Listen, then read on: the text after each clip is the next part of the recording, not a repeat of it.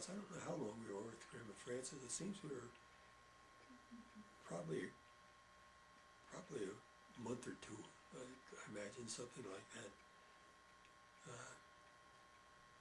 And we found a place on, what was it, 830? 830 Astor Street. And that was a nice house. It was a one-story house, and nice neighborhood. So anyway, we moved there, and Grandma Frances was pretty self-sufficient with her neighbors. Was there, so but we could visit back and forth. They were 5-10 minutes away from where we lived. And yeah, I had counselor in 3 or 4 bishoprics anyway. And that was enjoyable. It was good. It was good. After the initial to getting to know everybody and so on. And I was a ward clerk for a number of bishoprics, and then I was a state clerk and a financial clerk. Financial clerk was, I don't know how many. There was 3 or 4 bishoprics that I was in the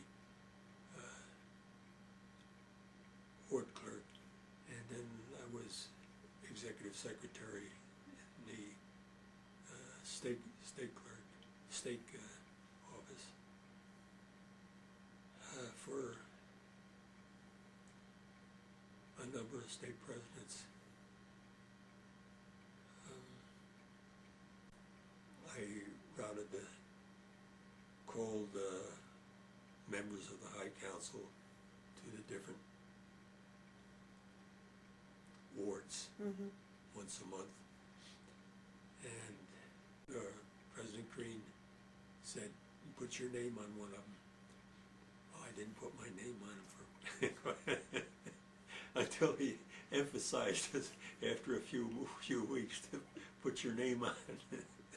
But that was good. I enjoyed that. It was real good visiting to different wards and speaking and so forth.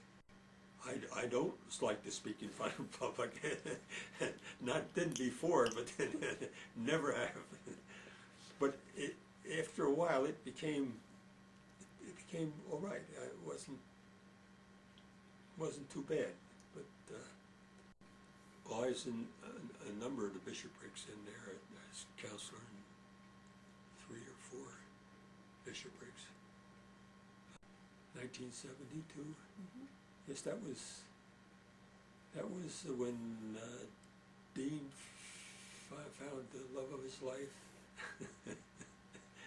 on Lisa Bain, and they lived on Beach Street, and Lisa's parents they decided to sell their house on Beach Street, and as Dean was going with Lisa for quite a while,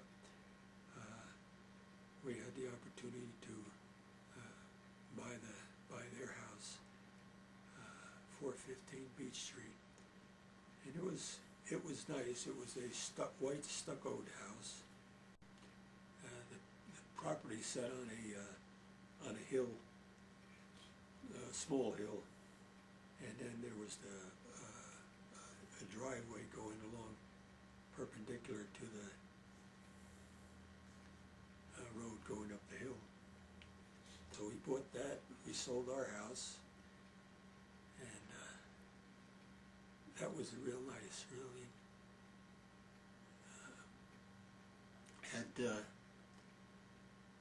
a lot of quite a bit of acreage. It had for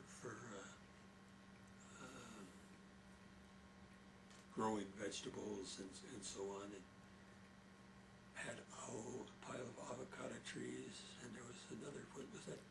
big tree that was an avocado. It was alongside the house.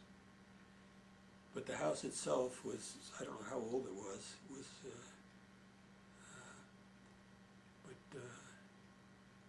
had a small porch. It was a stuccoed house and had the living room, and it had a fireplace in the living room, and permanent benches on the perimeters of the living room. And off the living room, the door that went into the master bedroom. It wasn't very master. It was it was a little master bedroom. And then it's from there. It had a sliding door closet that occupied one side of the bedroom, and then they had a little commode in another area from the bedroom. And it was sort of like a railroad house. You went down the alleyway in the house, and the next one was kind of an arch, and it had the dining room. And off the dining room was another bedroom. And then further down the aisle was the kitchen, and there was a door going in from the kitchen into the bathroom, and then for the other bedroom there was a door from there going into the bathroom, and then further out from the kitchen there was space for like a small living room, and then at the other side, further on that side, was a bedroom, and then the bedroom opened up into a porch type thing. Okay. Oh, and then coming out of where the kitchen is, you went down several steps down to the ground floor. There was a detached garage down the alleyway, and there was entrance to the detached garage from the patio. We decided we'd remodel the whole house, and that was quite a long job, and it was quite a expensive job. And but we had all the houses that we had and we sold. We made good profit on all of them, on each other. And let's see, then let's see. Oh, that's where we had Grandma Burke. Yes, Grandma Burke. She turned into be a little hypochondriac.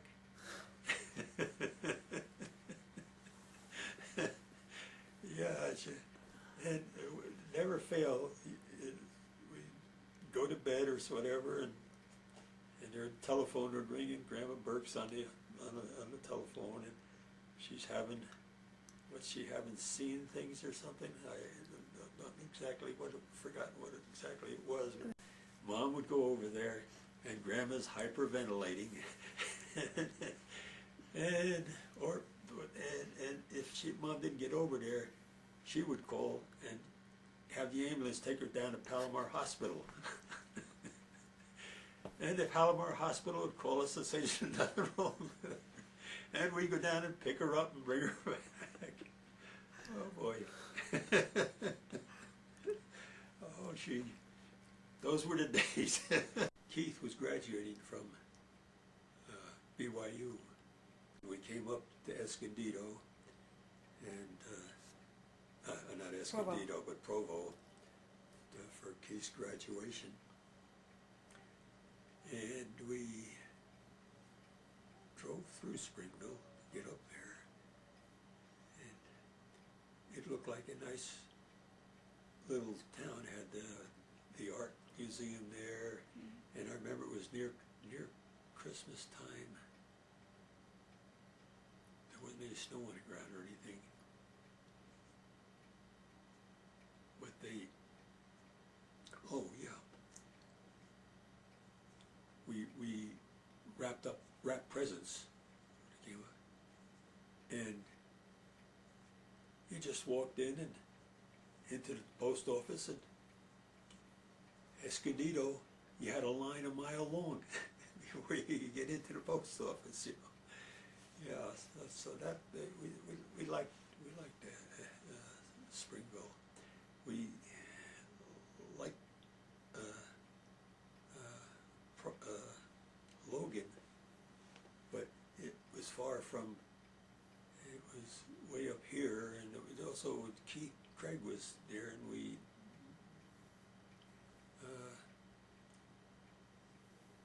I guess didn't want to be close. I don't know. If we thought more about Logan, maybe we would have, because so much had happened in Logan that it would have been. And I look back now, it would have been nice if we came up to Logan together. and then had the where high school was right near there, and the swimming pool was near there. Because we went up to American Fork and went down south too, and then we found the house there, and boy, it was ready to move in. You didn't have to do. I mean, it was nice landscape. They had a garden in the back, you know, and lots of room for, well, could handle. We had to think of Grandma Burke, and had enough bedrooms and nice big downstairs, and it was ready to move in. It had been taken care of and everything. Well, we went swimming every morning, and we'd walk up there, and we'd usually walk around the block and so forth for exercise and so on, and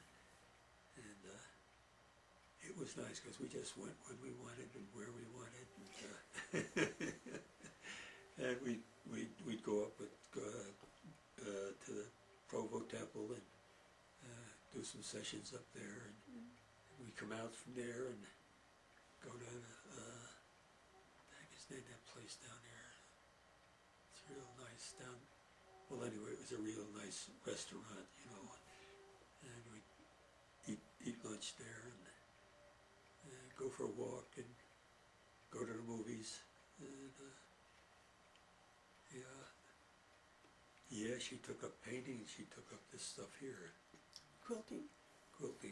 She went down to the that museum down there. There's an art museum down there, and they had classes there, and she had taken several classes down there. And after we come out of the temple, you know, and then we'd go to the movies if we wanted, and we'd walk around down in Provo. And I remember we took I drove, Mom drove the car and I drove the truck down to leave.